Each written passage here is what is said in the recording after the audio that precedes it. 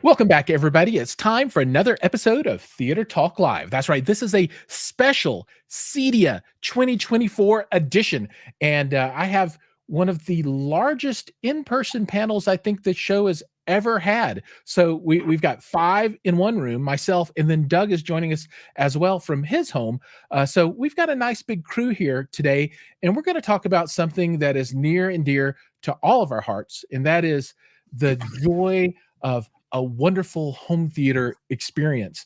And to really dig into this, we're going to throw this over, I think, to start with Chris, and he's going to bring us kind of up to speed with what we're talking about, right? Because this is Cedia, this is Sound Room 4, and there's a lot that goes into that. So, Chris, tell us a little bit about what's going on here and what people are going to hear about tonight. What is this whole thing for?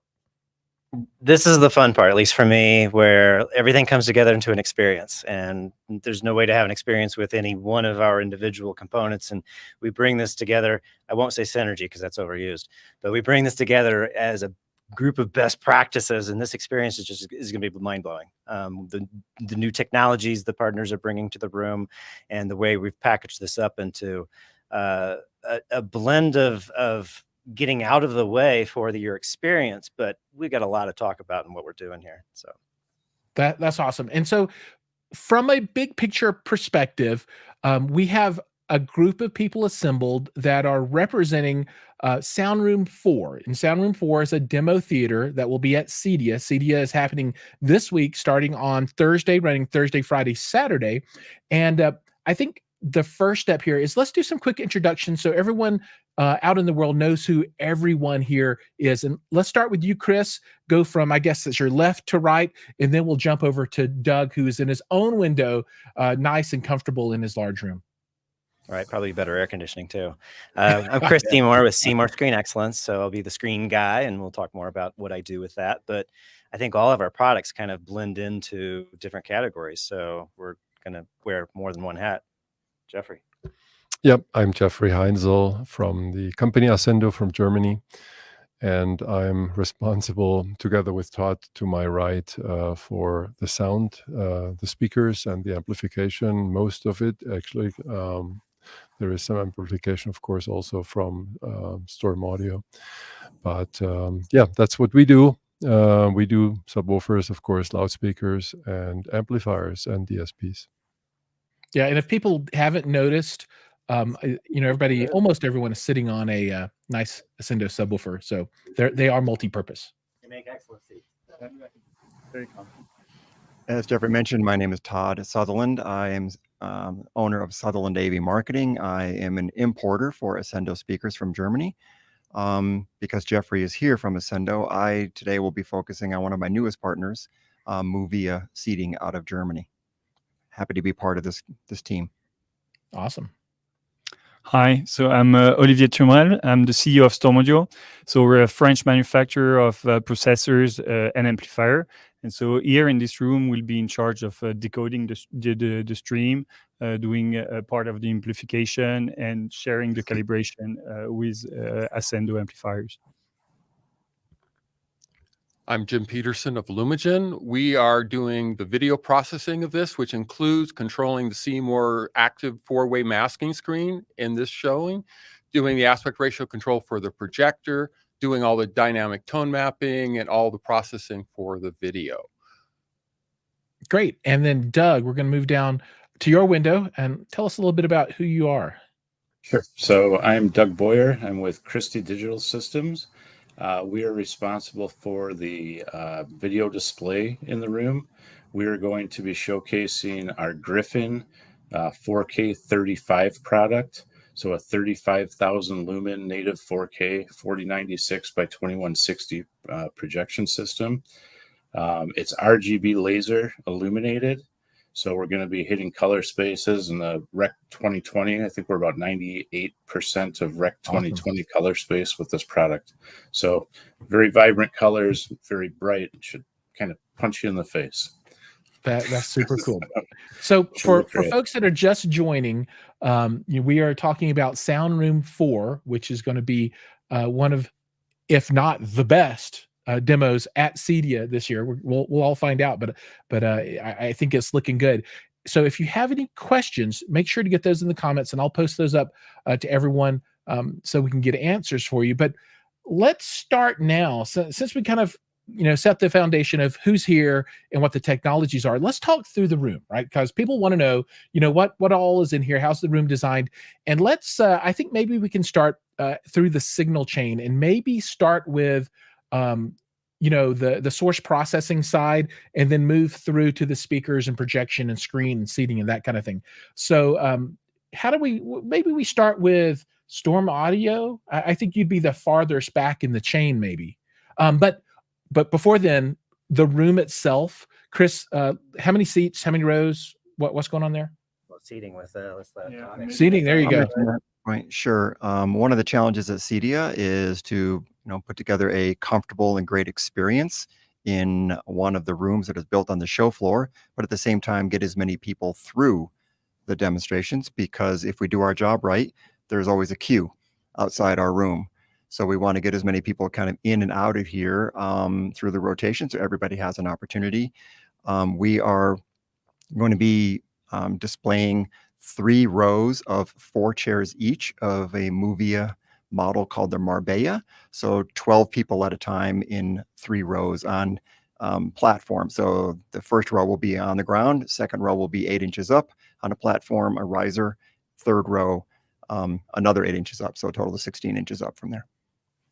Awesome. And if people watch my channel, then they know that, in my opinion, the most important piece of gear that you can put in any theater, or really any room, is the seating. Because if you're not comfortable, nothing else matters, right? Well, one of the things that we have one of the things we did to accommodate this then is we took the normal sound rooms that have been in Cedia forever, and we stretched this out another 8 feet. And the 2 goals with that is one is so we could have a nice spacious front end here behind the screen to put these amazing Black Swan speakers. We'll talk more about those, but we wanted to have plenty of room for them and our guests in the third row as well, so they're not going to be backed up against the wall, and they're going to have a good proper acoustic experience. So combined with Storm Audio's ability to process all of that smoothly, I'm confident that everybody's going to get a great seat. Great. Awesome. The room dimension, I mean, it's so we're normally, the rooms are 24 feet long. I think we're up to 32. So, and 16 feet wide. Yeah. So, yeah, that is going to be the largest I think I've seen at Cedia before. That's outstanding. So let's go ahead and walk through the technology, and you'll have a source that produces whatever the movies might be, but that's going to feed directly into the heart of the system, which is the processing, and that is going to be all Storm all the time. What are we going to have going on there?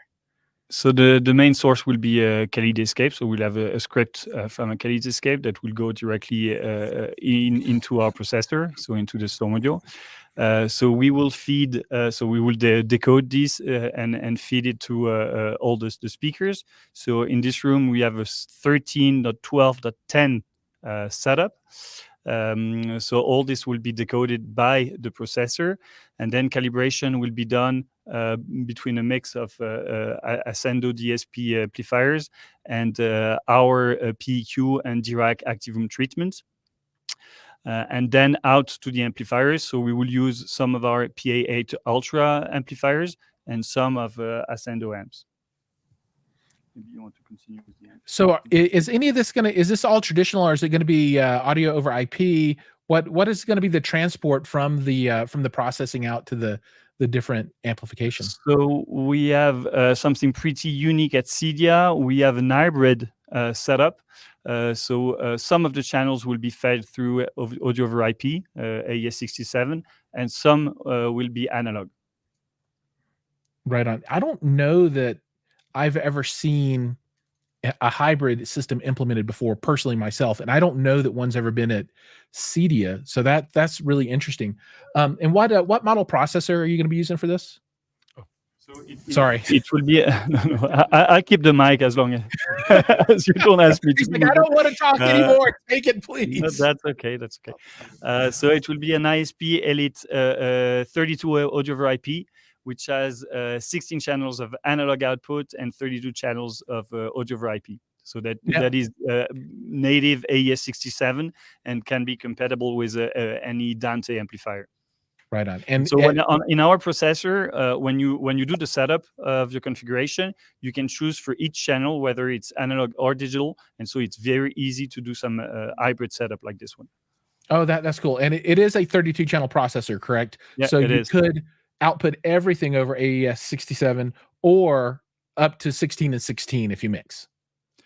You could do up to 32 of analog or 32 of digital, but you cannot Okay. go above 32. Basically, it's a mix with Gotcha. a maximum of 32 outputs. Okay, awesome. So this processor is going to shoot all this information out, and it's going to go to some of your amplification and then some of Ascendo's amplification and their DSP processing for the subwoofers, correct? Exactly. And so Okay. our amplifiers will be fed through analog, XLR cables, and Ascendo amps will be mostly audio over IP. I don't know if there are any analog. You tell us more about it afterwards. Yeah. So let's move on to talk a little bit about the Ascendo section here. Sure. I'm happy to. So we offer three new products, two of which are audio over IP. As mentioned before, our protocol is usually Dante, but of course they're also AES67 compatible. And in this case, we introduce a brand new two-way amplifier with an inbuilt DSP, which is audio over IP. In this system used for the Black Swans and also developed for the Black Swans, but also can be used for other very high sensitive speakers that are two-way or three-way. And the very unique thing about those amplifiers is we call them ultra low noise because they have the lowest residual noise. You can drive very high sensitive horns directly without having the slightest hiss or audible hiss on these. So we're talking below 20 micro volts of residual noise. Wow. Everybody's only talking about signal noise ratio, but that's meaningless if then the residual noise from the amplifier from the electronics is above a certain level, so that high sensitive speakers still hisses, and that's why we developed them, because our horn from the Black Swan is 117 dB watt meter, so extremely sensitive, one of the most sensitive in the world, so that's why we had to do that. And we of course also had to implement an ultra low noise DSP. And so the tweeter section has 1024 taps. So if you want to load an FIR filter on these amplifiers for the tweeter section, you can. And the woofer is 2 kilowatts, and the tweeter is either 300 non-bridged or 600 watt bridged. And Nice. they also have normal balanced inputs or AS3 inputs. So you have three different input sections on these amplifiers. And in this case, of course, we use AES67, which is compatible then, fully compatible to the Storm processor. Great. So we have a number of questions, and so I want to slip this one in now since we're talking about the Black Swans. That's a three-way speaker, is that correct? It's a two-way speaker. It's two-way. Now, is that all off-board processing for crossover there, or is that on-board? How are those working? Well, we can do the processing on a processor like a Storm, set up a two-way system in the processor, or we do it in this case now on our amplifiers on board on the DSP, which is inbuilt, and we preload a filter, which is factory preset filter, and then the speaker should work perfectly with an additional 32 bands of equalization. You can apply then for let's say room equalization, or whenever you want to change the timbre, the color of the sound, you can do that with the inbuilt DSP as well. Okay, awesome. So this is a 13, 12, 10 system. So you have 12 subs, 10 height channels. So does that end up with like your 6 traditional Atmos channels and then 2 heights on the front and rear above the mains and on the back wall? Is that the idea for the height level channels?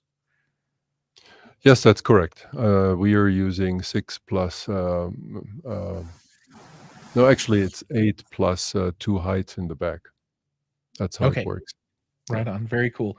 And then from a subwoofer point of view, what is the design philosophy there? So for those 12 subs, how are they going to be arrayed throughout the room, and how's that going to be processed?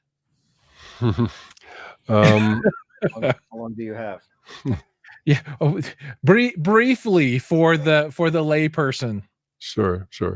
Well, we do obviously a time alignment because all the 12 subs are the same subwoofers. So we don't need Okay. to do a phase alignment between them. And the time alignment is done in the processor. I mean, we do a pre-alignment, of course, because we have 4 clusters of 3 subwoofers, which are stacked in the 4 corners, which are pre-aligned then on our DSPs, and then on the Storm processor, we do then the final alignment with the ART system. Great. And these are the your new. This is a new model, correct? The square sub, so to speak. Correct. Yeah, that's a 28-inch squared, we call it, and it's an infrasonic subwoofer, but at the same time, it's what we call a kick woofer, because it has been designed with an extreme motor force. So the Q of this speaker driver is below 0.2. So it has an absolute amazing motor in it that has never been found in a subwoofer this size. So it's extremely fast, and it is absolutely flat up to 600 hertz. And Oh of wow, course, 600 hertz. yes, That's outstanding. for that size of a woofer. Yeah, I mean And that's huge. yes, and because of the low Q, I don't know how many of you know about speaker design, but the lower the Q, the better the impulse response of the woofer, and the bigger basically the motor has to be, because the only way you can reduce the Q is by electrical Q, so lowering your QES, and that's exactly what we did. And so you get a very shallow roll off of the subwoofer driver. And also you get a very low system Q. When you put this driver in a loudspeaker enclosure, there is interaction, so usually the Q rises, but still we get a very low Q because of the low Q of the driver. So it will be, it's just when you play gunshots through this subwoofer, it sounds like a real gunshot, you know. That's outstanding. Okay, so that gets the system from the source to our ears. Now let's walk through the system from the source to our eyes. So, the first stop obviously is with the Storm, and that'll be passing the 4K content over to our next stop, which I'm really excited, and which is Lumagen, right? And there's all kinds of Lumagen news, and I don't think we can get all into it today, but we will get super deep into it tomorrow. But could you talk a little bit about what you're going to be doing to this video signal to make it as good as it can be? So with the Lumagen, you can either use the Lumagen for switching, because we have products now from 1 input to 10 inputs. And so our 5000 series we're using here actually acts as a de-jitter circuit for the audiophiles out there. That's fairly common to do a much improved signal to the audio processor to improve it. It sounds like that's not how we're going to hook it up, but we can also just take the video output directly from the Strato into the Lumagen. The Lumagen does all the video processing, including if necessary scaling, like if you had to do like this constant area, if you're doing anamorphic screens, we can do all that scaling. We do a very good job, and it's actually being used in a post-production facility at a very large studio because of the aspect ratio control, that we're going to be actually controlling the screen directly, the Seymour screen 4-way masking system. But one of the big claim to fame that we have now is our dynamic tone mapping, which is being used by a producer who's doing post-production. And in fact, I believe he will be on with us tomorrow night, talking a little bit about what he's doing with the Lumagen. So we can do audio de-jitter we don't process it, but we can dejitter it, or we can be bypassed. The one input model is actually designed to be on the output of the audio processor. That's not the one we're using today. But so the Lumagen does all the video, any scaling, aspect ratio control, instant aspect ratio control. A lot of people don't have masking, but if you do, we now can control the Seymour directly. A lot of times we can report to the control system what the aspect ratio is, and then the control system does the masking control.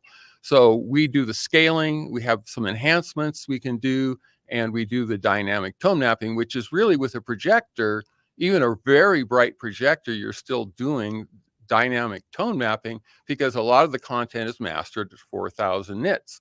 And what they're seeing for the commercial, they're suggesting 300 nits is the max you want to avoid fatigue on a large screen.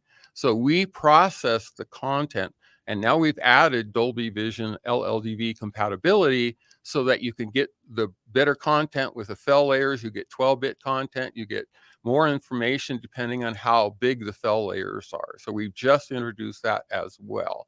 So we do all the tone mapping still, even with the LLDV, but with HDR10, we can process that.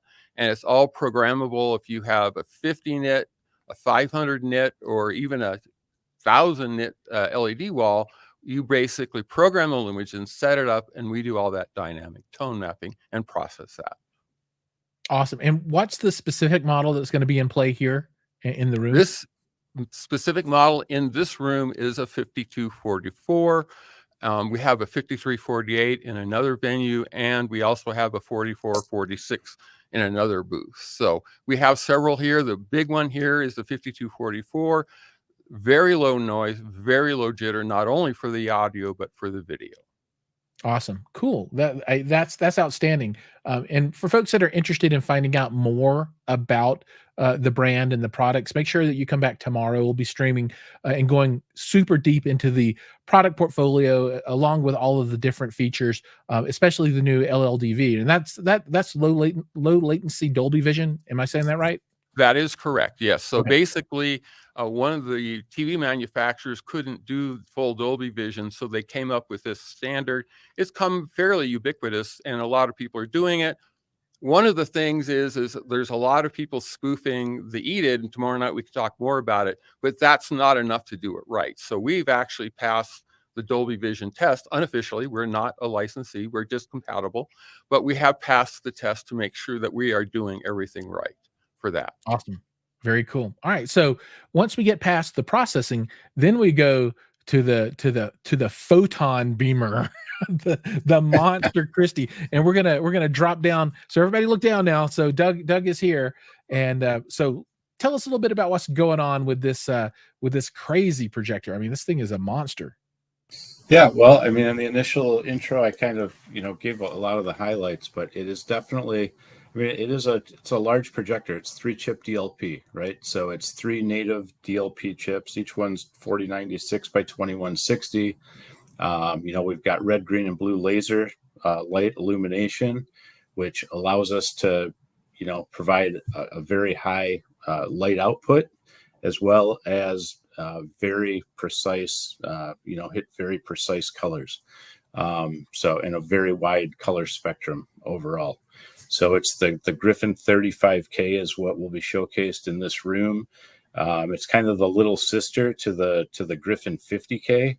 So if you had a larger screen and needed a bit more light output, we do offer a Griffin 50K as well. I know we're focused really on this booth, but Christie will be showcasing at least 3 other products at the show as well. So you'll kind of have a mix of different things that you can check out while you're there at the show. Awesome. Can you tell us a little bit about the lens that you're going to have in this system?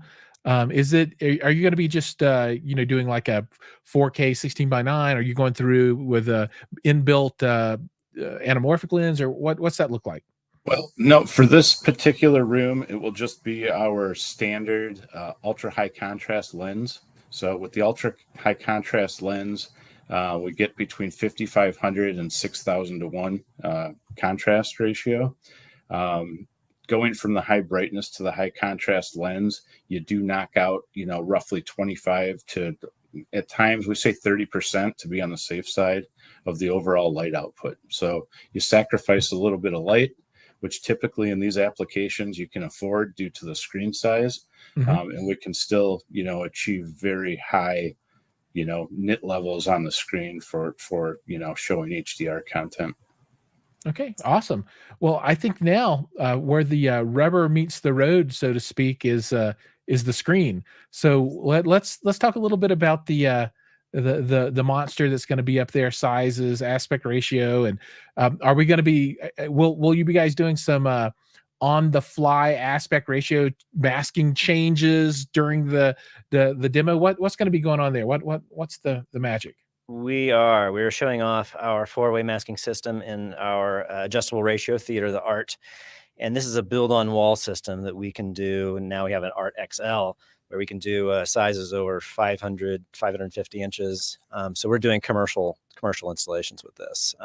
And our ability to, it's interesting at a commercial size, we can span like 40 feet is, I think, is the most I've seen, where you can put your eye on it and there's no sag to the mask whatsoever. Like you can put a laser on it. It's perfect. So we've got some tricks to do that.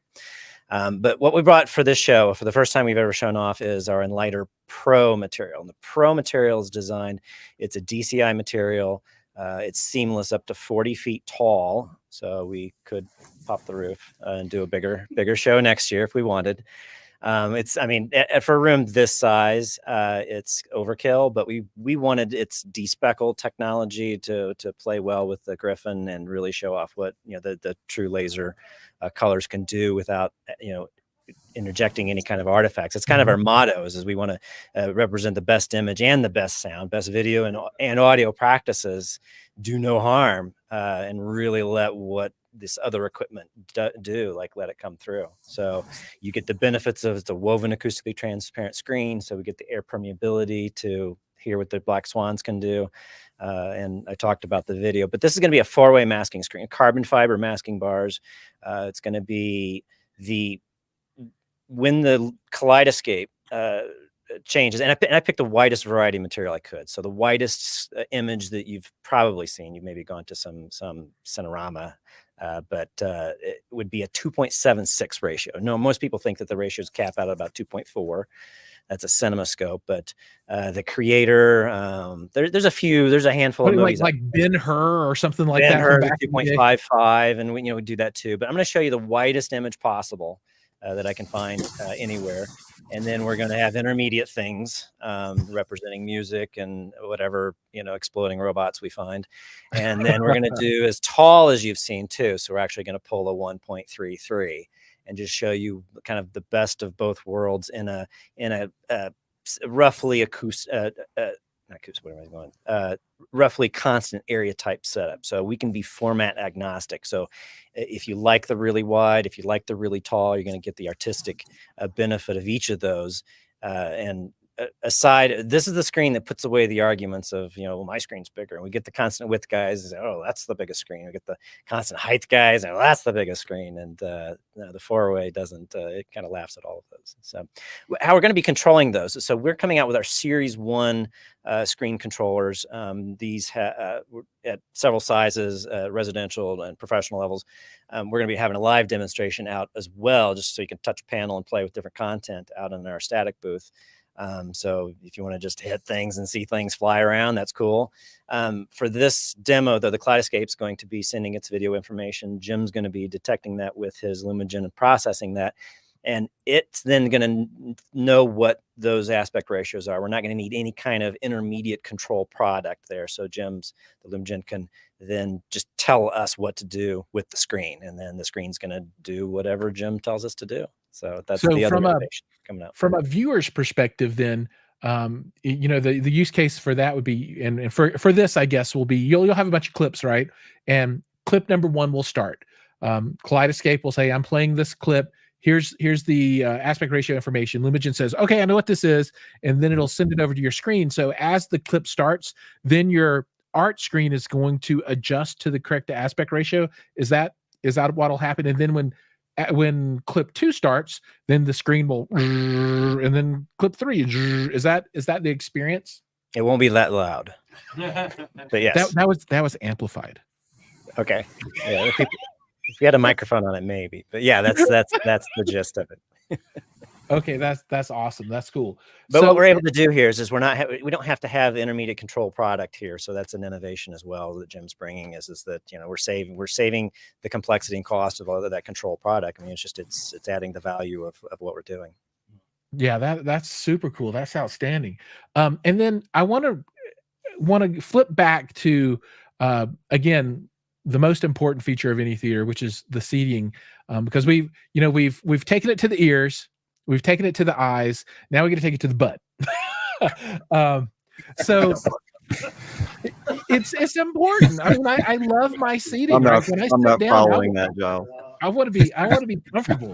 I hear laughing, these are Doug. pretty comfortable.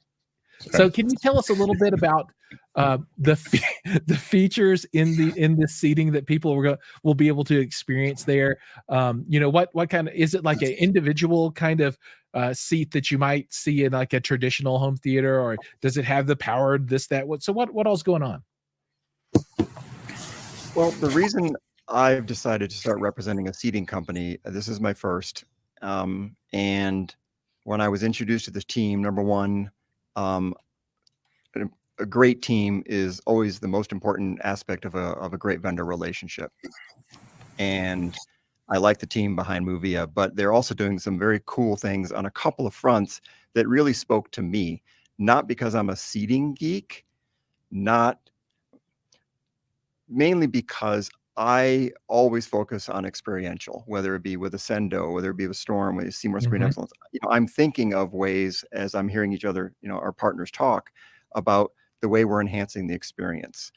And I'll say just a quick tangent is I remember the days when people would buy masking screens and never use them because they required buttons for them to change that the client had to press up or down. And they said very quickly, well, I'm not doing that anymore. That's painful. So they invested in a beautiful masking screen and didn't really use it, which is a sad statement. Seating is, I think, could be really focused on comfort and design, which I think is extremely important. There's a lot of more traditional, if you will, sit in a 24-inch seat with me and my closest friends or family. Personally, there are people who like that. I'm not a fan of that. I want to cuddle with my wife. I want my family to be close. I want it to have options for me. And this is what a lot of our clients and dealers are telling us, is that they want the freedom to choose what they want, not just what you choose to sell to them. So fabric selection is a huge thing. All kinds of grades of leather, from Maserati grade leather to the finest fabrics you can find anywhere in the world. This is a lot of what Moovia does that really attracts me. But to your point, Giles, about the automation part of it, is that they've also done a phenomenal job there, not only from a standalone Moovia app that if you choose to take out your phone, you have individual control of your specific seat, as well as control of the rest of the seats in the theater, if you choose to interact with them that way. Or they also play beautifully with control systems. So if you have a series of friends over and so forth, and everybody's got their seat adjusted the way they want to adjust it, when it's finally time to tell them all to go home and get out of your comfy chairs, that you can reset one button and all of the seats will go back to their original setting. That's it's kind of like the beauty of why you have shades all over your home, because you don't want to do individual switches. Well, you can do the same thing with Moovia seating.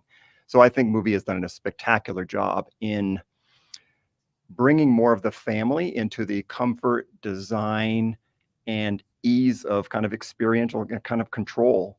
And I think it blends well with great partners who are kind of thinking of the same thing. It's not just about our individual tech and how we can do specific engineering things, but in the end, it's about an experience. And the easier we make it for our dealers to sell to our clients, to say, forget about the brands.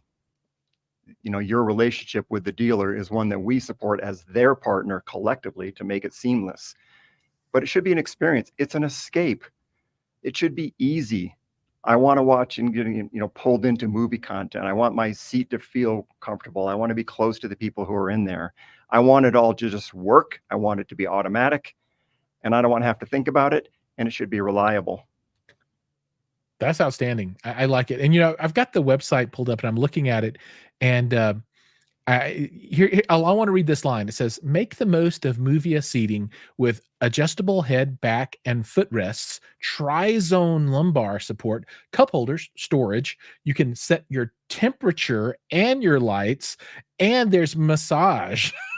These things do everything. Yes, It's they do. crazy. That's awesome. They'll not, thank you, Joe. They'll not all be offered in our demo, or as I mentioned, we need to get people in and out, correct? So at the end, what you didn't see is there's actually an eject function. So if the people who refuse to leave, it does catapult them forward, and out. Right. So for folks that are following along, you mentioned this before, but I didn't retain it. What's the model that will be in the room there? Was it the Milano? I don't remember. No, but thank you for mentioning that one too. You'll see, because you're on the website, Giles, that each of the model names kind of represents cities around the world, from Dallas to Milano. So we're actually featuring in this theater the Marbella. I gotcha. I gotcha. Correct. Yes. We have another theater where we're going to have the Lyon, which is more of a media room couch that also has functionality brought along with it. I like to think of it more as not competing with other seating companies, but competing with designer furniture. So you can take this furniture anywhere in the home. Designers will love it. Families will love it, but it also brings with it some of the cool features and automation we were talking about. So imagine a designer couch that actually, where the base extended out and brought your feet up. So I think it's a great line. Thank you for the attention to it. That's awesome. So one last question on the Marbella. Are you going to do the individual seats? Or are you going to do a cluster of 3 together as like a large sofa? Because it's super flexible, the design that you can put together for the seating. I think it's interesting because I really like the concept now of not necessarily having the traditional just rigid, we're going to each have our own seat and we're kind of separated from each other, but you can do like a 3 cushion, I guess you might call it, that can all recline if you want, but you can let them all down and you could lay down if you want to, or cuddle, or whatever it might be for that, really, well, more of a family type relationship experience, as opposed to just a bunch of strangers sitting together. So what's the style that will be represented here? So we chose not to put armrests in between every seat because, of course, that makes each of the seats narrower. And it also takes up more of our valuable 16 feet of space in here. So again, back to the balance of trying to fit as many people through here, but it also make it comfortable. So what we're doing is I mentioned 3 different rows of 4 seats each, but it's actually just, if you will, 4 chairs that are individually tied together. So they appear like a couch with armrests on each side.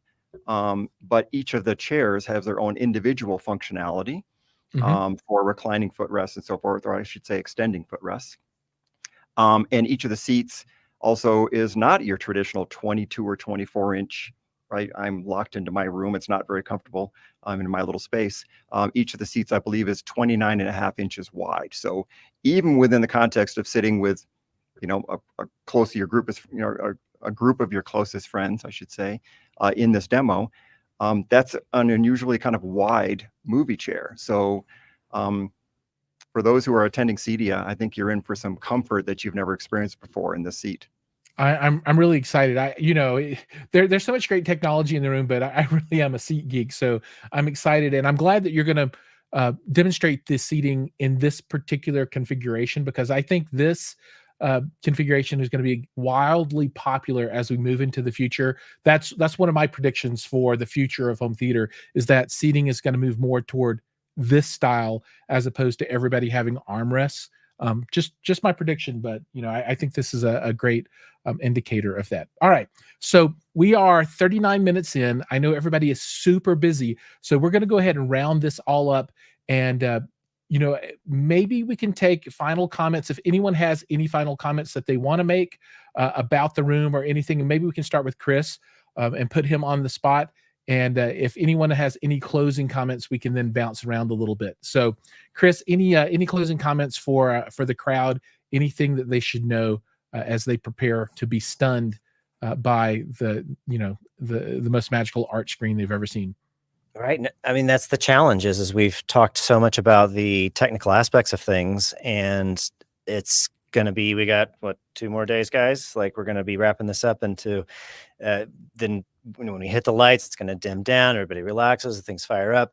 And that's where that rubber hits the road, that metaphor can get used is, and then it transforms away from a collection of technology to that experience. And that's the goosebumps moments for me. That's when, I do this for that reward, really, more than anything.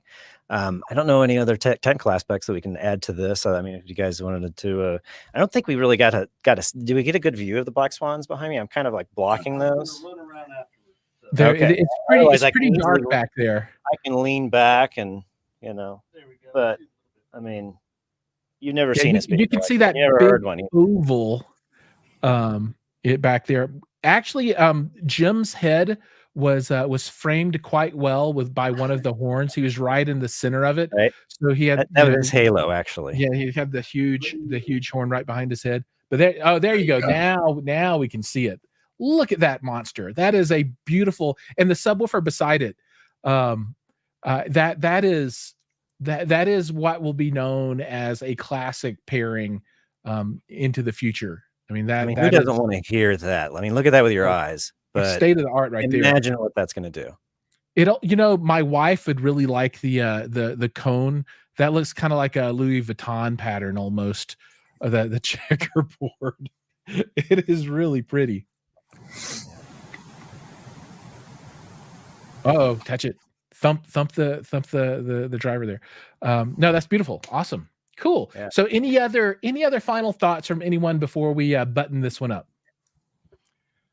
I want to relate back to the kind of the number of channels we talked about, and the kind of immersive experience that comes from having a room that is designed with a lot of channels and speakers in it. Because with sophisticated processing from a processor like Storm, decoding the formats,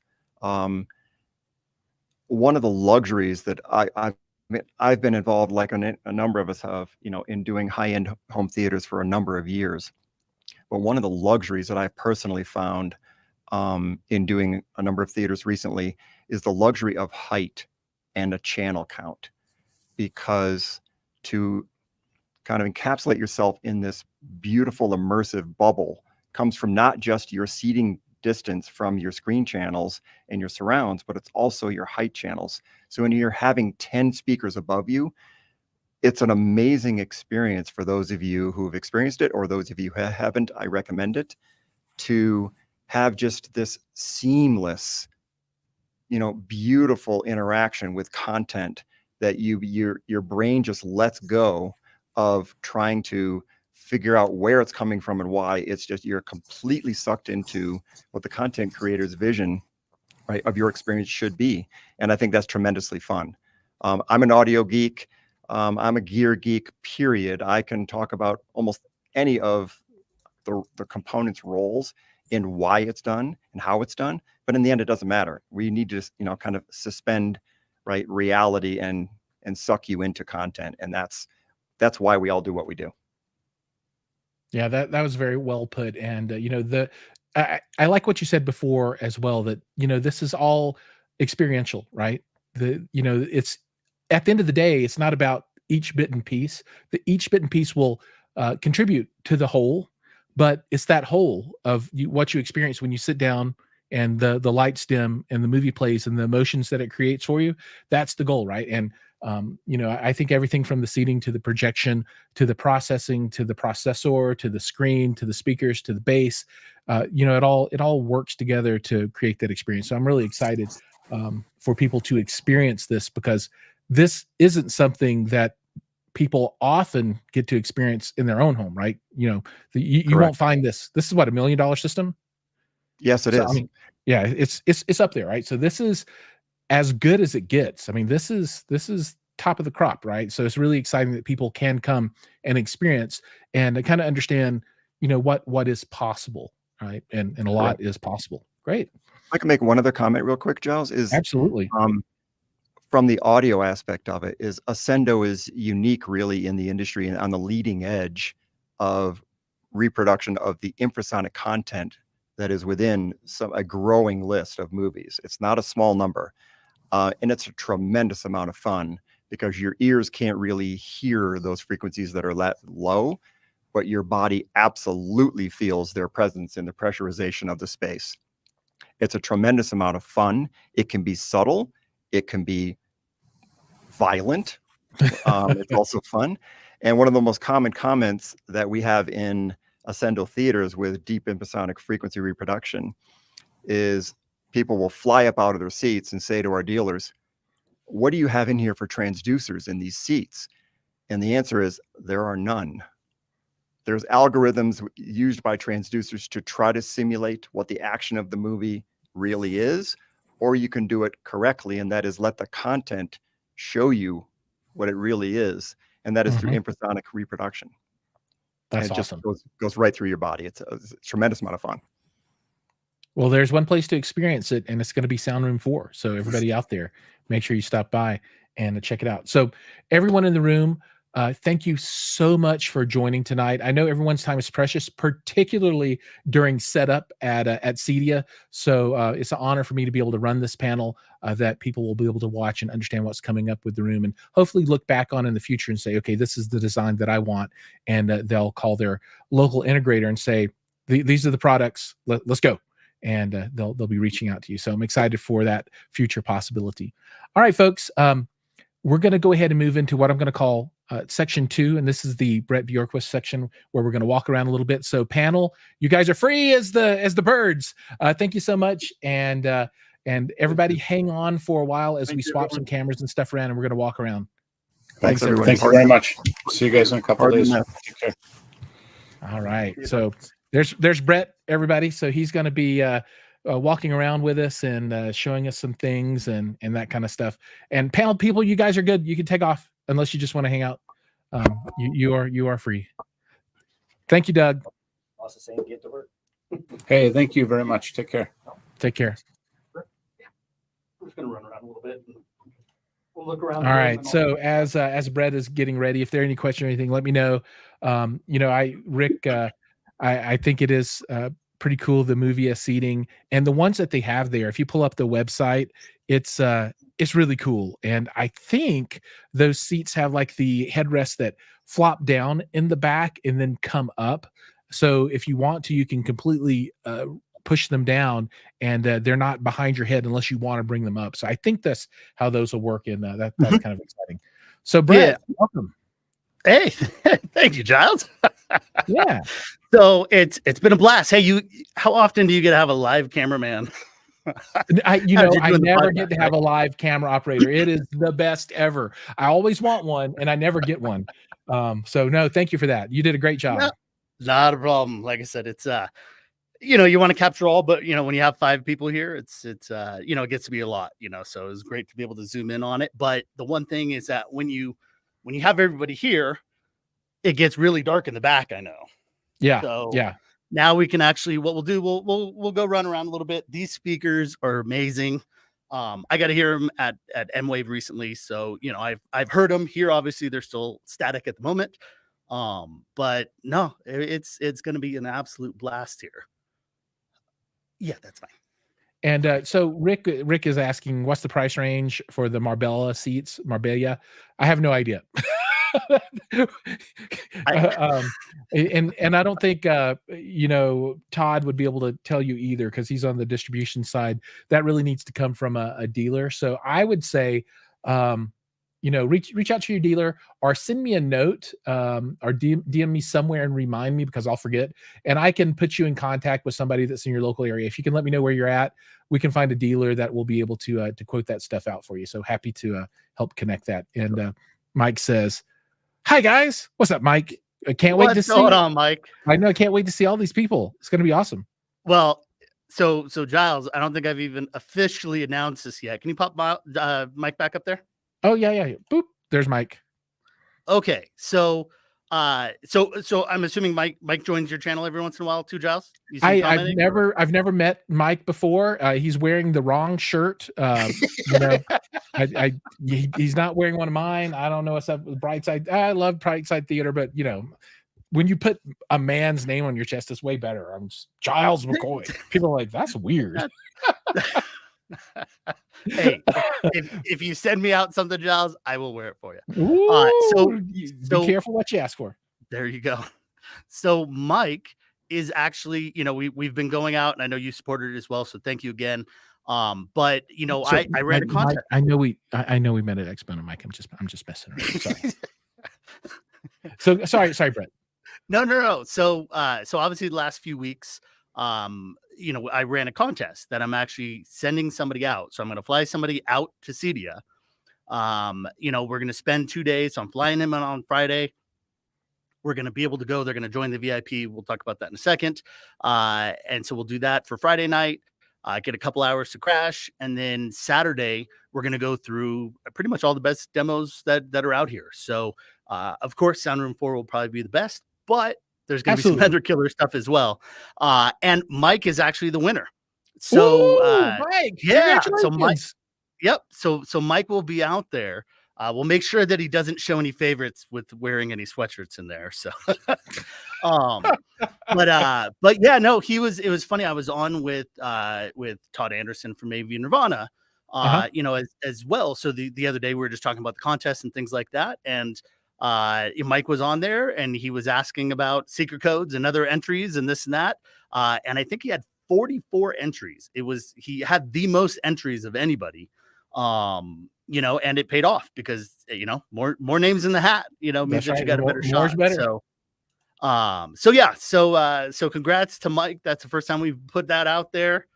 There you go, Benny. Absolutely. So I wish I could send more. If I can get a lot of feedback in this kind of stuff, then I'm hoping that next year maybe it could be two or three people. So but the really killer piece in this, and Giles, I know because you'll be joining us for it. So the first piece that I wanted to do, and that's kind of why I'm in here, helping out, doing some setup work and this and that, was kind of in trade for being what's going on, Joey, was to be able to host an event in here. So typically, like the guys were talking about earlier, and you've seen it, Giles, you come in, you get usually about a 10 to 15 minute demo, right? You cut through 5 different clips.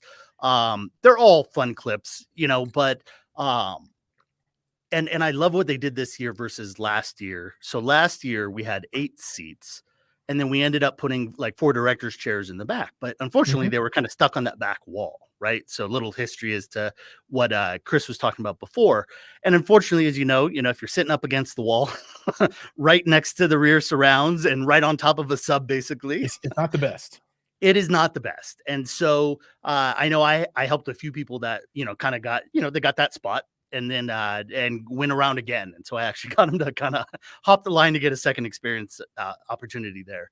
And so that's why Chris actually, he invested quite a bit more to be able to extend that about an extra 8 feet back. And that allows us to actually have 12 seats in here and still have it not against the wall. So really, really cool. It's the definition of these manufacturers taking feedback, from the room to make things better, just like they kind of do for product. So, but what I was doing, so last year I was helping some stuff with Grimani, and so I got to know this Chris Seymour and Storm and a lot of these guys I had, kind of known in the past. You guys are welcome to work if you need to. And so, we kind of did, hey, I'll help you out with some stuff. And in exchange, on Friday evening, so at the end of day 2, after the show floor closes, so I actually had to get Cedia permission for this, because security likes to get tight on these things. We're actually going to come in, and there's going to be 10 of our favorite content creators, Giles included, and Mike will be there as well. So like I said, it's going to be an absolute blast of an evening. We're going to get about 3 hours in here to play all the content we want. So instead of those, 3, 4, 5 clips, I'm actually letting people choose what they want to be able to do. So we'll download that onto the Kaleidoscape. And we're going to talk some tech, and we're going to film a whole bunch of it. So we'll have a ton of content rolling around. And I think it's going to be an absolute, blast of an evening. So Giles, I appreciate you swinging out for it. And Oh yeah, absolutely. I'm looking forward to it. I'll probably be there for about an hour and a half. So Okay. I'm going to front load my time. Absolutely. And I'm looking forward to it. I mean, because I never get to spend as much time as I would like in any of the demo rooms. Sure. So I'm really excited to be able to sit down because I'm a huge Ascendo fan. All the brands that you have in there are wonderful, but I really like Ascendo. And they've got that new center channel that's designed for direct view display as opposed to projection, and I can't wait to see that. I know that's not going to be in this room, but that's a really big one on my list to see. See you too, Joey. Can't wait. So the Black Swans, I don't know that I've heard them before. Okay. Yeah, they're hard to find, but So I'm really excited for that. And really happy to see Lumagen kicking around and doing lots of cool stuff, with new products and new technology. So this is a big show. No, this is a big show. And last year's room sounded absolutely amazing. This one is just designed to be even better, right? Like I said, we got a little bit more space to make extra seats in here for people. We have more speakers than ever. Last year, I know I was talking a lot about it being the first AOIP system, right? Yep. That was last year was the first time that there was a full digital audio system.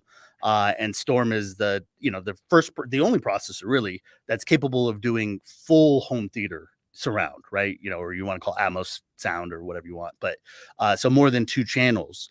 And so that was phenomenal to be able to kind of have that last year where everything was digital. This year's even cooler though, because as it's hard for us most of us upgrade our stuff and it's kind of piece by piece, right? And so especially if you have those big amps that you've been running for a long time, it's tough to just say, oh, well, we'll toss those out or maybe try to sell them on eBay. But if you're adding new Atmos or things like that, then what's really cool with this is that Storm can run it hybrid. It really doesn't care. So we'll be playing around with this a little bit more in depth as we work on my home theater at my house in the back half of this, or the back Q4 of this year. Storm needs to come out with a retrofit kit for their first edition processor, because I've got like the ancient #1 Storm box, it's great, but I don't. It's got a bunch of slots on the back. They got to be able to put AES. It's just an Ethernet port. Come on, guys, let's do this thing. Just one. I just need one 10 gig port or something. One fiber. What I don't care. I've never seen, Giles. Have you ever asked to see if there's any upgradability? I know they can upgrade a lot of stuff. I don't know. I don't know if they can do AOIP on the old. Sure. Yeah, that's a big board change. Possibly that's a how big it works. change. But I'll ask. Well, I was going to say I'll ask for you too. So yeah, you got the guy. Hey. So because I'm curious about that. But I love the idea that you can run a hybrid system where you could still use maybe the big amps that you need to, and that's basically how they're running this. So it'll actually be backwards. These will actually be the Dante enabled amplifiers, which gives you more DSP control and things like that. Although you can do a lot of that probably in the Storm processor as well, realistically, with direct art in that product. But these, and then all the surround channels will be run by, I think, 4 DA8s. So the Storm Audio, analog amplifier. And so, but it's kind of cool to be able to do that, to be able to say, oh, I'm adding Atmos speakers. Well, you know what? Why don't we try adding those into Dante? Because it really is cool to be able to just like assign a port. And if you did something wrong or you can just move the speakers around. You can do kind of whatever you want. And the fact that, so like I said, so I think, last year it was the coolest room because it had, an all digital system. This year it's even kind of cooler because it's running a hybrid, which is even more complicated. So yeah, and I think a lot of people took notice last year with the audio over IP that you guys did, because everybody and their brother is now releasing amplifiers. Even Origin Acoustics has audio over IP that they're showing at the show this year, which is interesting, right? And they're like CI, Well, no, absolutely. And that's one of the things is, you know, for people that haven't used it, because it is newer on the residential side, you know, AOI, you know, audio over IP, Dante, AES 67, those have been used for a dozen years on the commercial side. You know, when something has to work every time because you're at a Coliseum or you're in any of those places that you don't always think about it being the best audio quality, because, you know, a lot of times it's just a lot of little speakers. But the fact is, if you put good speakers on there, they would do the same. But, you know, they work every time. You don't have, you know, dropouts. You don't have, there's all these little things that are dialed in through the chain to make sure that they all stay on time. And so, you know, as it's coming in here, yeah, I saw with Origin, and I was talking with Joe Whitaker the other day, and I'm trying to get him while we're all here, because, yeah, you know, like I said, they're coming out with these products, and, you know, it's something that for some people, especially, you know, once you're in kind of an AOIP, you know, ecosystem, you could use that for your multi-channel whole home audio systems. You know, totally like I could. said, yeah. So, you know, so like I said, I think it'll be really, really good to see it. You know, at some point, I know, you know, realistically, because I tend to be pretty objective on it. You know, Trinov's been talking about it for a while. I know that they'll get there, you know, with it They too. will. You know, some of the other JBL I know is doing 2-channel stuff and doing a little bit more on multi. So, you know, I think it's something that, you know, in the next few years, we're going to see a lot of, just because it's so reliable. You can thin down some of those XLR cables and everything else. You know, it's digital, and you generally, in most of those products, you'll have a DSP component to it. So, you know, if you don't have something, you know, that you're using for high-end calibrations like waveforming or direct art, you know, it gives you that capability. And I'm doing that. I recently bought a setup of Theory Audio for my family room system downstairs. And so, you know, even just running it through that, I mean, it sounds phenomenal. You know, the noise floor is it's the quietest thing I've ever heard. You know, I'm always used to hearing a little bit of subwoofer hiss, and you really didn't hear any of it. I couldn't catch any noise in that room that was coming from the system. So I get super excited when we you know, start looking at all the new technology that's around here. I think it's going to be a good Cedia. And I know, obviously, as much as we love projection screens, I'm sure you're going to be looking at some you know, rear video walls as well, because I know that seems to be something That's you a like big thing for me. Yeah, that's part of my prediction, right? So, you know, there's always going to be projection, right? That's going to be around forever and ever, right? But, you know, I do think there's going to be a new generation of home theater where, because let me take a step back. So, home theater has always been dictated by the technology that's available. So, if you go way back, and we'll talk commercial, you know, why were projectors made in the first place? Well, because all there was film, and they needed to figure out a way to put film where you can watch it. Well, they figured out, okay, let's shoot some light through it, and it goes on the wall. Hey, great, right? Okay, but what does that mean? We got to turn the lights down. We got to block everything out, right? Sure. And then we got to figure out how to make these bright projectors. And then TV came along, and, you know, that started developing over the years and years and years. And eventually, we get to where we are today, where at the residential level, you know, well within almost anybody's budget, you can do 100-inch, right? And that is like on the cusp of getting into theater sizes. It's right on the cusp, right? 120-inch, you are solidly in residential home theater space. So and the TCL 115, really, really close. And just video walls, if you go see them, they are going to have a cost change on their entry level stuff this year that, you know, takes things down into the cost less than a car realm, right? You know, right? It costs as much as some cars, but it's, you know, it's not as much as a Ferrari. It's a smaller car. Yeah, so, you know, it's like a family sedan sized screen, but, you know, you'll be able to do like 130 something inch, you know, at prices that aren't just stupid prices. If I don't know what the right term is, but, you know, out of reach, you know, aspirational stuff, you know. So this year is going to be the first year where it kind of becomes reasonable, and that's because technology has caught up. So all of the room design is going to change now that you don't have to have projection. You can do an LED wall. You're going to see more seating like what you guys have in this room, which I think is outstanding, right? I really want to see those seats. And you're going to have more super big TVs and panel televisions. If you go to Samsung, you go to LG, you go to Sony, you go to any of them, they're all going to have their LED small panel kind of stuff available. Sure. And it's going to move into a place where it's affordable. It's pretty cool. No, I agree. And like I said, you need somebody to buy the first gen to Yeah. kind of fund the R&D for the second gen, right? And That's right. I think it's absolutely amazing. Skylar and Jim and and the guys over at Just Video Walls, they're coming in and they're trying to do something that again kind of hits the price points and what everybody needs, and kind of designing some pre-bundled kind of setups that make it easier for people to understand what they need, because it's again, it's not as easy as buying a TV. And so I think products are like that. And then like you said, as Ascendo comes out with products like their director product, which is their center channel that kind of mounts up, that's always been the biggest issue, right? How do I get that sound? I want that sound like it's coming from the screen. That's why we buy projectors. That's why we especially buy acoustically transparent screens. But we also know that in a good portion of the theaters that I see pictures of, people want to see their speakers. And so those speakers are actually on the outside of that space already, right? For the L and the, for left and right. And then, obviously center channels are above and below. So, that's always been, I think, one of the, costs of the video wall itself. But the other thing is how accurate of an audio experience, because as we all know, audio truly is half the experience, right? Absolutely.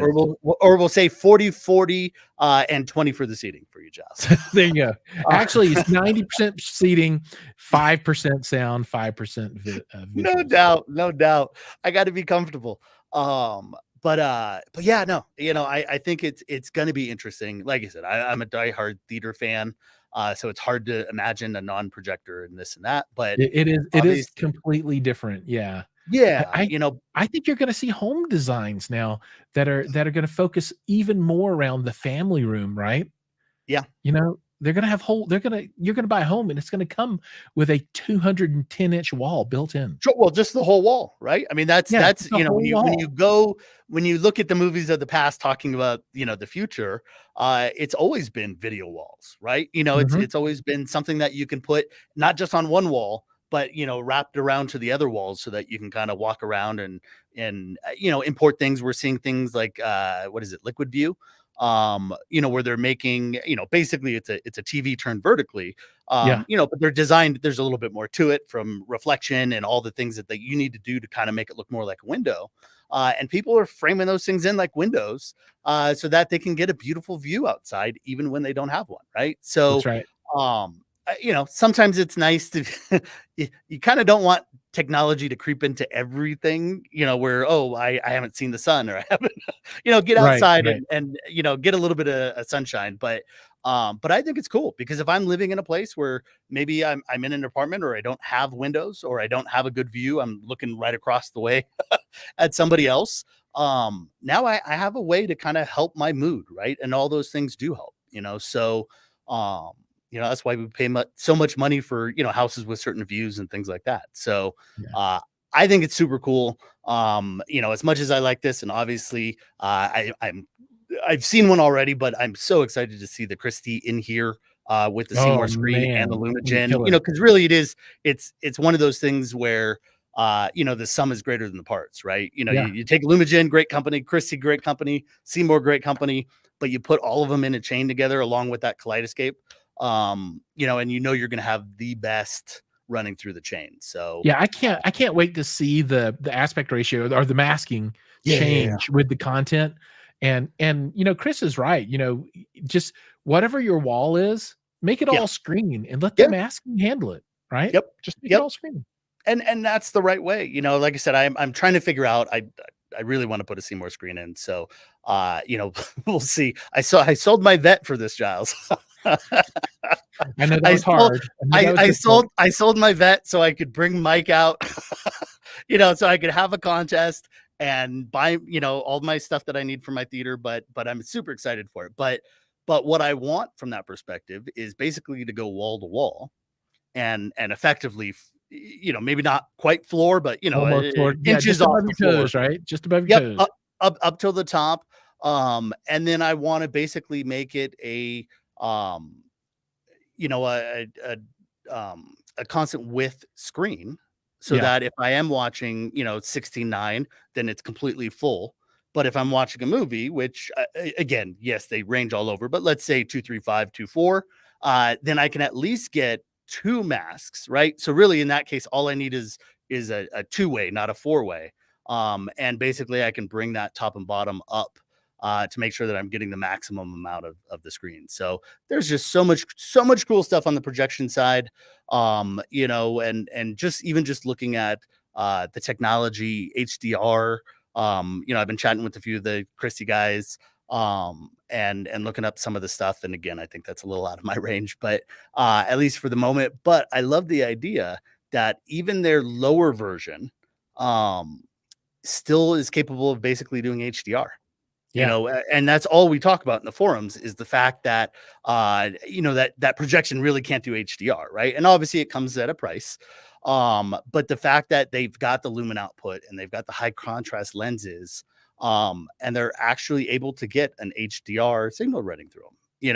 and Really cool. put up there properly. So I think that's super cool. So for those that that aren't ready to make the the video wall jump like a lot of us, we have these new opportunities to put better projectors in, and really kind of maximize the picture in there. So if you love your AT screens and and just that feel of Mhm. projection, which is often talked about, you can still do that. But if you're sitting on an old 1080 projector or something that's a little dimmer, you really got, the main thing is you need that lumen output, right? You gotta have the light. You gotta have the Yeah, light. well, and I'll say again, because this isn't sponsored by this group by any means. It's just me kind of helping out.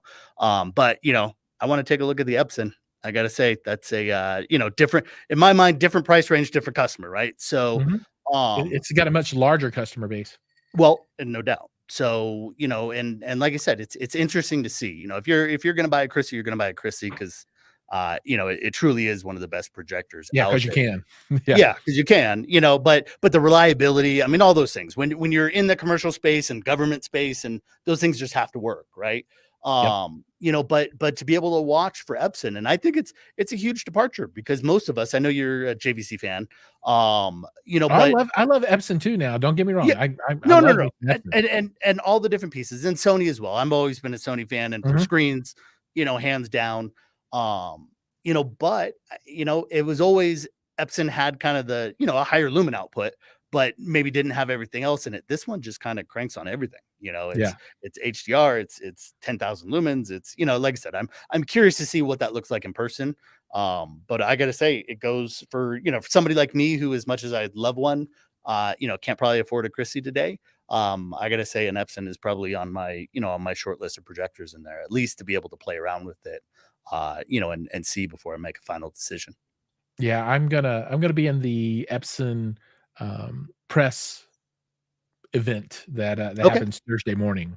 So I'll be there to check it out. So I'm really excited to see it because it could be a big deal, and they Yeah. think it's a big deal. So it could be big changes in the projector market. We'll see. Yeah, no doubt, no doubt. So, like I said, I think everybody wins in all these things, right? The Mhm. more technology is developed, yes, you may not be buying a Christie Griffin, but the fact that there's, HDR and legit HDR and projection is going to start making these other brands like Epson and the rest to really have to step up, right? And black level control and high contrast lenses and things like that are really designed to make sure you get the the inkiest blacks and and still get better contrast without sometimes using the infinite contrast or the 6 million to Right. 1 contrast ratios that you see out so often. So I'm excited. I think there are years where CD is always a blast, but you kind of feel like it's the same thing that you saw last year. I think this is going to be a good year. I think this is, there's a lot of fairly new technology. There's a lot of first and second gen kind of reflective speakers for those center channels on those video walls.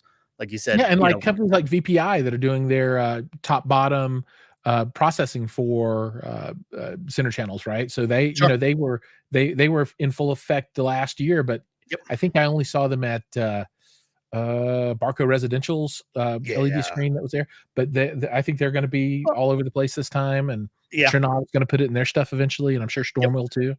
Yep. So it's You know, kinda and yeah, you know, I mean, that's always been one of those things, especially dual center channels. Um, you know, that's always been a huge no-no on you know, on our Mhm. side, right? You know, Yep. because it's like, no, comb filtering and this and that, and all those things are true. But it's like I say in a lot of the forums, you know, sometimes people are saying things that they've learned, but they're talking about technology that's past. And Yeah. so, you know, for the average person, yes, you don't necessarily want to run two center channels, and Y you know, don't take 2 centers and set them beside each other. Don't. Don't do it. Exactly. Yeah. Don't do it. You know, there are still rules to it, but the reality is technology changes that, right? And we see that with you know, direct art. We see that with waveforming. We see that, you know, all these technologies that you know, I watched Matt Pose was talking about it again the other day too. And it's like, you know, yeah, you know, some of the rules about where you put subs and you know, how many you need, although both of those and especially waveforming still requires too many subs, but you know, So many stuff. four in the corner still works great for most people and gets rid of most modes. You know, but the fact that I can change technology around, so if I'm in a media room that's my family room and an open space, you know, I need help with that. You know, it's not, it's, you know, I can't really control it. Like even in my family room, I've got a wall 7 feet to the, you know, to the side of one speaker, and then I'm 45 foot of open space Right. on the other side. How do you calibrate that out? You know, so you know, I'm super excited to see, you know, hey, the general rules of room design are still there, but technology is definitely coming in to you know, to help us out with that. So Yeah, it's gonna be cool. And I'll yeah, make, one additional prediction on top of what you just said. You know, you said this show is gonna be a good one. I think the next few shows are gonna be pretty oh sure, earth-shaking. I think agreed. we're in a, kind of a change moment Yep. for technology, so I'm just waiting for somebody to come out with video over IP, like, you can get rid of HDMI altogether, you know? Yeah. I you know, they've done a little bit of it. Mhm. But it's very expensive because it's commercial, right? Yep. So you know, to your point, that hasn't really you know, come across yet. You know, I'm of the opinion though, uh you know, for years, I ran a composite video switch, Charles. You know, Right. that's how old I go into this stuff, you know, to be able to try to take that one source because they were so expensive then, right? You know, and so Mhm. take that one source, distribute it out to all the different rooms, even though it was the same source, so everybody had to watch the same thing. The same thing, yeah. You know, and then I did it over component. I think I did it on HDMI twice as HDMI was updating. You know, and now honestly, all I run is a Kaleidoscape for movies. So like a Strato C or possibly a Strato V is, you know, is you know, for the display, you know, panel walls or panel rooms. And then and an Apple TV, you know, and you know, realistically, you know, that's sometimes easier and you get the discrete output Yeah. you know, versus doing VoIP and things like that. But no, I think it'll be there eventually. You know, but audio is, you know, just requires far less bandwidth you know, in that technology Yeah, than you what you video you need a provides. 100 gig circuit. You'd have to do it over Yeah. fiber for Yep. sure. I the one thing that I have huge pain in my life around is HDMI handshakes. Oh, I no doubt. just that just kills me. And you know, everybody suffers from it. You'll go through every one of these demos, and when they fire Yeah. up Kaleidoscape, it's going to take it Yeah. 15 There's a seconds. delay. Yep. Yeah, Yeah, it's just the and way it people works. don't understand. You know, if you're just coming into it, you don't understand it. If you've had it, you get frustrated by it. You know, I'm watching. So, like I said, I'm usually in the forums trying to answer questions and things like that. You know, since Strato V came out, so it was great, and you see, you know, all of a sudden, you know, people that weren't buying it before kind of have an opportunity to kind of play around in that ecosystem, right? And Yep. so, Mhm. but as they're doing that, I'm watching far more comments lately about you know, a sync, you know, connection restored, right? Yeah. And that's always been something that's there, and it's generally always a needed issue. Yeah. It's always an HDMI connection issue. Sometimes it has to do, and we're seeing more and more about, you know, making sure that your HDMI cables aren't 1 meter, that they're at least 2 or 3 to be able to kind of give timing Yeah. through the cable on both sides of the EDID. Um, you know, so again, hopefully that fixes most people's issues. But yeah, you know, it's a frustration that we don't want. It's supposed to be getting easier. You know, and it doesn't always feel that way. So, you know, I agree. Anything that can make those things better, you know, definitely is something that we want to be able to look at. For sure. All right, I'm gonna have to put a stake in this one. Not a problem. Here, I'll tell you what, real quick. I will. Yeah, I'm going to let's get spin some you closing around the thoughts room. out. Yeah, let's get some closing thoughts and take a look at everything real quick. Yeah. So obviously, this room is still just in the beginnings of getting set up, right? Are the So sofas in there yet? the room. No, there is very little Oh, stuff in here no. other than this front. We did this front and made sure it was ready just for you, Giles. Aw, you guys are so so sweet. I appreciate it. That's right. You know, had to have a little background in there, but no, they actually so Cedia, not to put them on blast for it, but you know, funny story into it. So they, you know, they build the structure of the room, right? Yeah. And so they built the structure of the room, and then Matt Trinkline from Storm Audio was in here. So, you know, they got here like 2 days ago already. And so he comes in and he's looking, and the doors are in the back half of the room, meaning that the room was done backwards. Oh, right. Yeah. The doors are in the risers. Yeah, exactly. Doors were right where the risers would be. And so so they had to get him to do that. So last night there wasn't even a roof on this room yet. So nowhere to attach Atmos speakers or any of that kind of stuff yet. So everybody's playing a little bit of catch up, you know, as we try to get the room ready. But you know, we'll look around here. Like I said, with nobody there, the light comes in perfect. It does. That subwoofer is awesome. That is, I would love to have one of those, but man, what's the price point on that? 15K?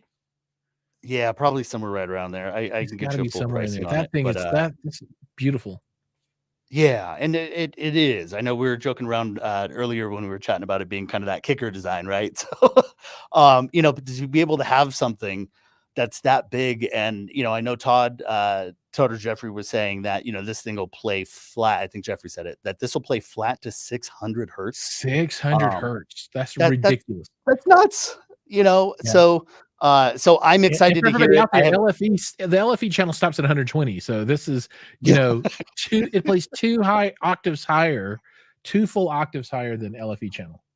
Yeah, and you know, and hey, how much do you need it when you've got a speaker for your LCRs that look like this, right? So these Black Swans are amazing. I did get a chance to hear them one time briefly at M-Wave, but can't wait to hear them. You know, that was a stereo setup. So to be able to hear them in a full home theater setup, as you know, as a true LCR, I think is going to be phenomenal. So those subs were just the smaller ones out front. That was just seating. Yeah, just see that. Yeah. What are those 15s? 15s or 16s. They may be 15s, but I thought I heard him say 16. So, you know, it all depends on the vendor, what they build on there. But yeah, we've got our front surrounds. We can see some of the rear surrounds. We can see, hey, you guys, this is handmade, just like we all do. These are handmade risers that were being built 2 hours ago. I love it. Love it. And then again, we have our rear surrounds that have been going in. Sorry, I'm trying to focus this and hold my microphone. See, and folks, if you want to just mount your rear surrounds, just take the wires, stick it on the wall, and then cover it with black tape. That's all you need to do. That is actually velvet tape. Oh, So- velvet. That's the answer right there. Velvet Super tape over your fancy. sheet wire. That's right. Well- Now you can tell that it's velvet because it's actually a lot blacker than the black wall that's right next to it. It is super black. Yeah. So, but yeah, no, absolutely amazing. There's not a lot on the ceiling yet. You can see, you know, speaker cables have been kind of put in there.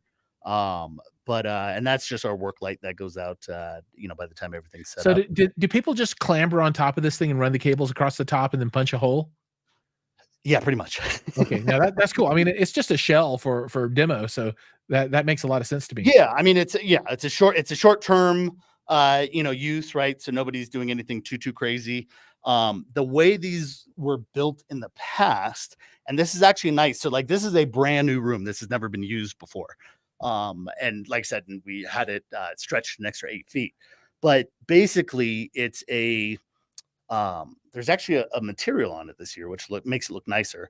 Last year was carpet and it was gray. So it kind of, you know, but, so we have that and then basically plywood behind it. And then there's probably an inch. I'm looking at this now because I hadn't even been able to see too much of it yet, but couldn't be more than an inch and a half of foam, and then another sheet of another sheet of plywood for the walls. Oh, okay. And then you go up to the ceiling, and there's, I think, one brief sheet of so a small sheet of plywood, and then just some foam, and then I think just a cover on the top of that. So it's it's quickly put together. They have to be able to break it down. They have to, all that kind of stuff. I bet if you watch it from the outside, it'll move like this with the base. Very well could at this point. I bet. But I'm curious to see, last year we measured it, and with the doors closed and, everything running around, the room was about 70 dB, with no sound, right? Right.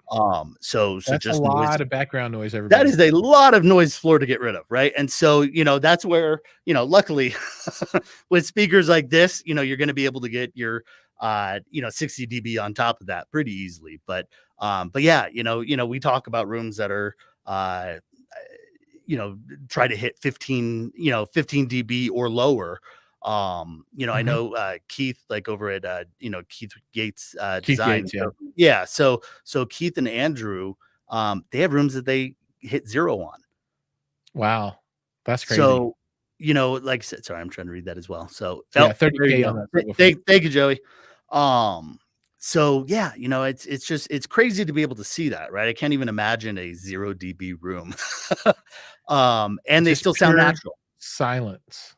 Yeah, it's quiet, but you still need enough liveliness to it to to be able to hear you guys. So when you're inside the room, it's not 0 dB.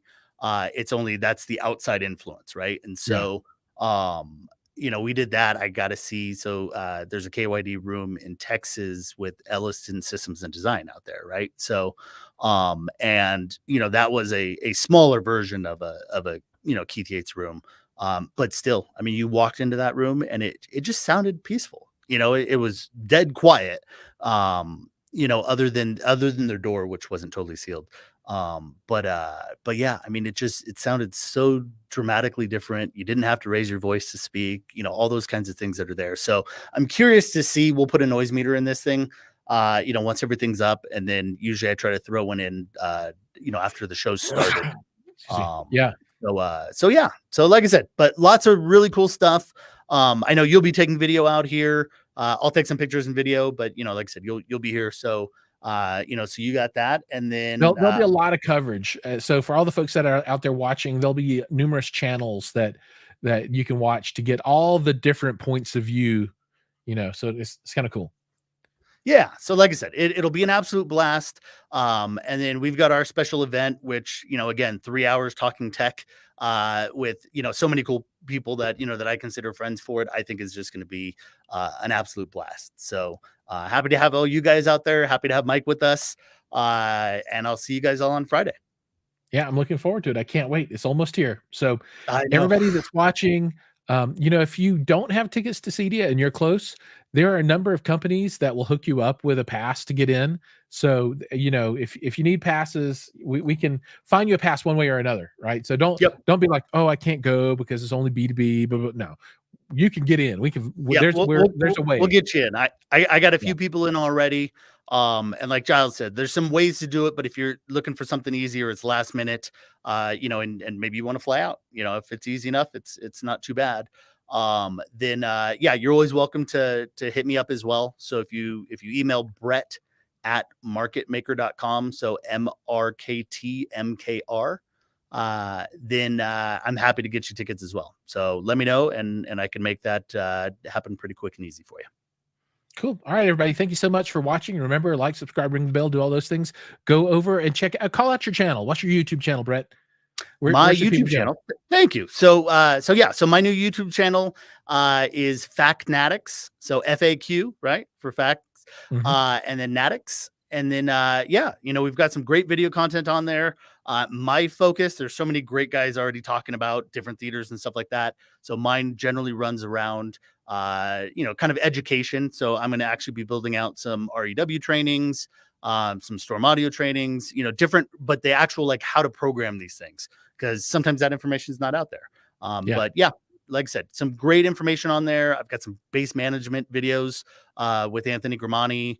We talk about network audio a little bit. So we were talking about that earlier. If you want to learn a little bit more, that's a great video to be able to watch. And we'll have a ton more content afterwards. And like I said, I've already given away 2 pairs of Bowers & Wilkins headphones and a free trip to Cedia. So, you know, I'm trying to launch this off and have some fun with it, and kind of give back to the community that I've enjoyed for 25 plus years. And so, yeah, I appreciate a like and subscribe there as well. Awesome. Cool. Well, thank you so much. Thanks for putting together this panel. It was really fun. And we'll see you all here soon. Take care. Absolutely. Bye.